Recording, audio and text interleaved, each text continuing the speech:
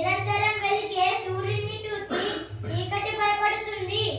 సహనం ఎప్పుడు చేదుగానే ఉంటుంది, దాని ఫలితాలెప్పుడు తీయగానే ఉంటాయి.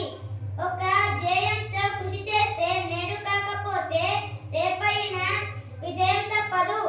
మిమ్మల్ని బలవంతులుగా చేసే ప్రతి ఆలోచనను స్వీకరించండి. బలహీనపరిచే ప్రతి ఆలోచనను తిరస్కరించండి. జీవితంలో భయం లేకుండా ఆత్మవిశ్వాసం ఉన్నవారు గొప్ప విజయాలను సాధించగలుగుతారు. ప్రేమ, నిజాయితీ, పవిత్రత ఉండేవారిని ఈ ప్రపంచంలో ఏ శక్తి ఓడించలేదు.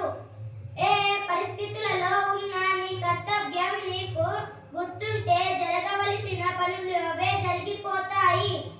రోజుకు ఒక్కసారైనా మీతో మీరు మాట్లాడుకోండి, లేకపోతే ఒక అద్భుతమైన వ్యక్తితో సంభాషించే